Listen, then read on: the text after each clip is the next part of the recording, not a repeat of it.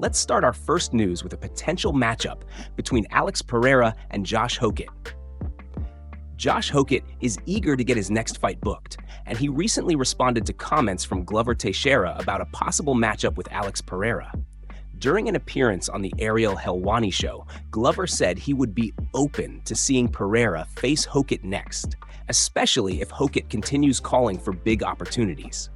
Glover explained that Hokit has been talking a lot and suggested that Pereira could take the fight, get a win, and then work his way back toward another title opportunity. He also called it a good fight for Alex. Hokit clearly liked the idea. Responding to the clip on X, Hokit said, "Either give me Cyril Gane for the title or Alex for the BMF." He then took aim at fighters who rely heavily on wrestling and control, arguing that you shouldn't be considered one of the toughest or best fighters in the sport if you simply hold opponents down without causing significant damage. Hokit made it clear that, regardless of who UFC matches him against next, he wants to deliver an all-out performance for the fans. So the message from Hokit is simple. He wants a big fight. Whether that means a title opportunity against Cyril Gane or a high-profile showdown with Alex Pereira, he believes he is ready to bring the violence and prove that he belongs among the UFC's elite. Move on to another news. Jon Jones has once again made his feelings known about the GOAT conversation, and this time, Islam Makhachev appears to be the target. Jon Jones recently reacted to fans calling Islam the greatest fighter of all time. Instead of ignoring the discussion, Jones took to social media and posted something that immediately caught the attention of MMA fans. Jones reposted a graphic ranking the greatest UFC fighters based on their number of title fight victories. Unsurprisingly, Jones was sitting at number 1 with an incredible 16 title fight wins. But Islam was positioned much lower on the list, sitting at number 12 with 7 title fight victories. Jones then added his own message, making it clear that he was not convinced by the recent GOAT claims surrounding Islam. He wrote, "Hopped on social media and heard there was a new GOAT. I'm so confused. Make it make sense." That short statement was enough to spark another wave of debate among fans. Jones has long been considered one of the strongest candidates for the GOAT label because of his championship success, longevity, and record inside the UFC. Meanwhile, Islam has been building his own legacy at the top of the sport and has increasingly been mentioned in the GOAT conversation after his dominant run. However, Jones clearly believes the numbers still put him ahead. By highlighting the difference in title fight victories, Jones essentially reminded fans that his championship resume remains one of the most accomplished in UFC history. Whether fans agree with Jones or believe Islam is already entering the GOAT conversation, one thing is certain: this debate is not going away anytime soon. Move on to another news. Jon Anik has made a strong case for why he believes Khabib's team could be the greatest MMA team of all time.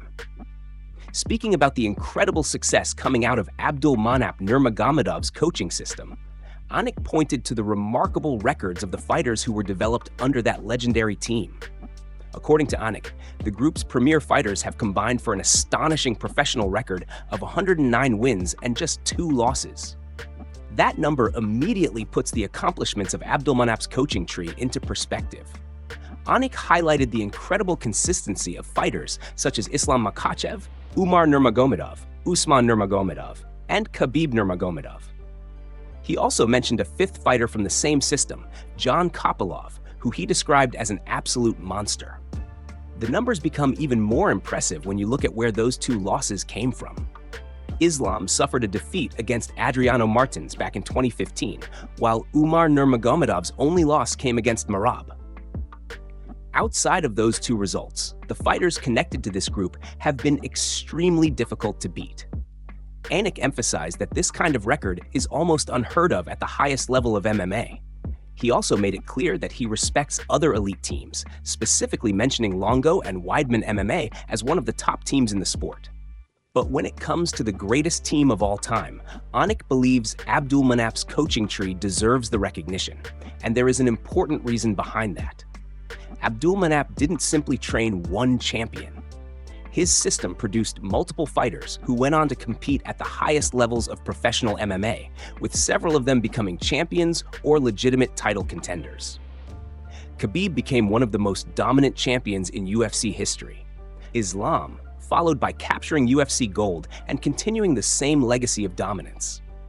Umar and Usman have also established themselves as elite competitors in their respective divisions.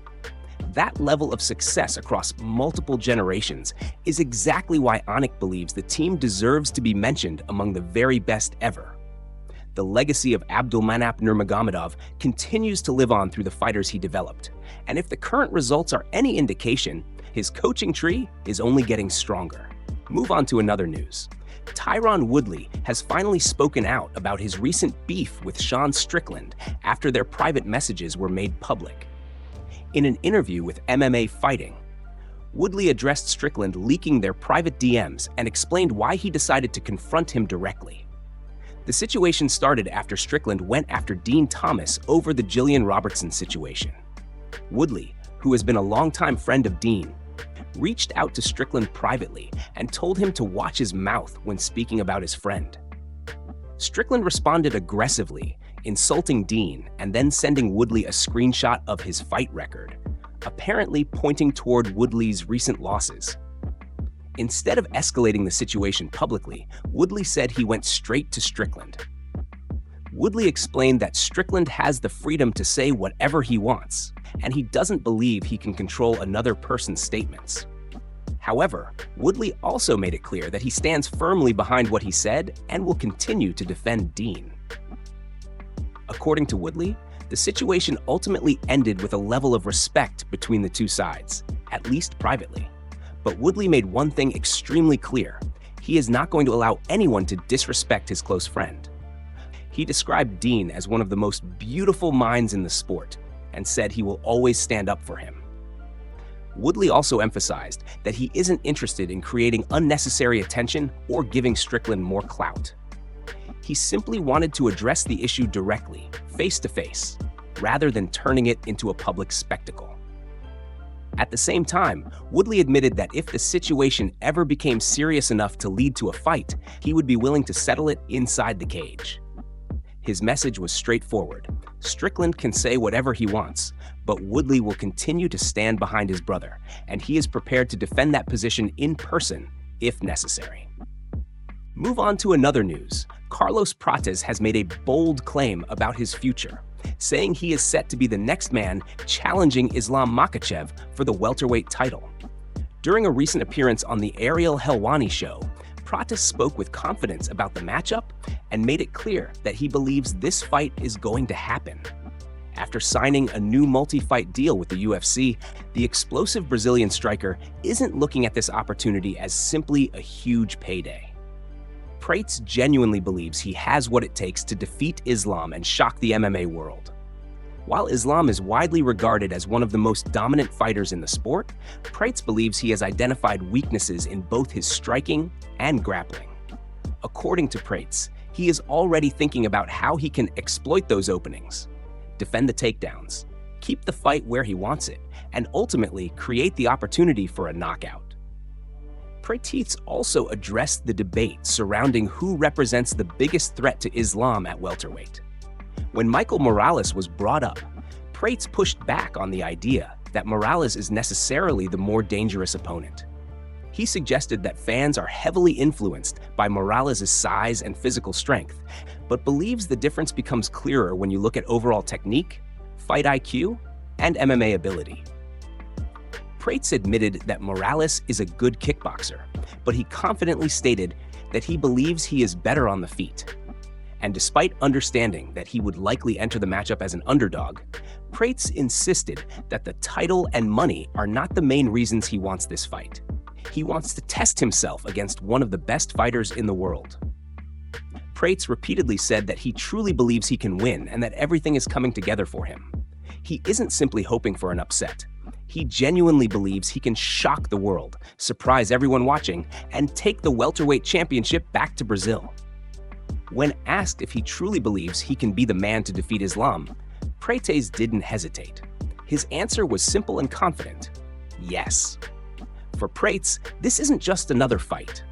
He believes this is the opportunity to prove that he belongs at the very top of the sport. Move on to another news. We have some unfortunate news coming out of the UFC, as the promotion's main event has suddenly been canceled after one of the fighters was forced to withdraw. According to a new report from AG Fight, Yair Rodriguez is out of his scheduled main event against Gene Silva.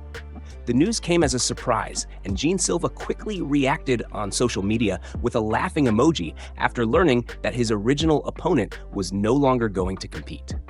At this point, the exact reason for Rodriguez's withdrawal has not been revealed. There is no official confirmation regarding what forced him out of the matchup, although an injury would obviously be one possibility. Despite the setback, the UFC moved extremely quickly to keep the main event alive.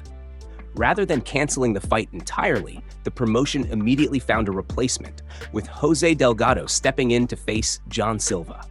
That means Silva's night is still going ahead, but the opponent standing across from him will now be completely different. Silva also reacted to the replacement announcement on X, making it clear that he isn't letting the late change affect his mindset. He wrote, "Hunter took care of everything. We have a new target, new opponent, same date, same goal." That message perfectly sums up Silva's approach. The opponent may have changed, but his objective has not. Instead of focusing on the disappointment of losing his original matchup, Silva appears ready to shift his attention toward Delgado and continue preparing for the same date. For the UFC, finding a replacement this quickly is also a major relief, because keeping a scheduled main event intact can be extremely important for the fighters, the promotion, and the fans. Now, with a new opponent officially stepping in, John Silva will have to adjust his game plan on short notice and prepare for a completely different challenge. The date remains the same, the main event remains alive, and Silva's goal remains exactly where it was: win. Move on to another news. Arman is facing more backlash after making controversial comments about Charles Oliveira and his withdrawal from their scheduled rematch. Ahead of his upcoming UFC 331 matchup against Mauricio Rufy, Arman has also revealed a major change to his identity.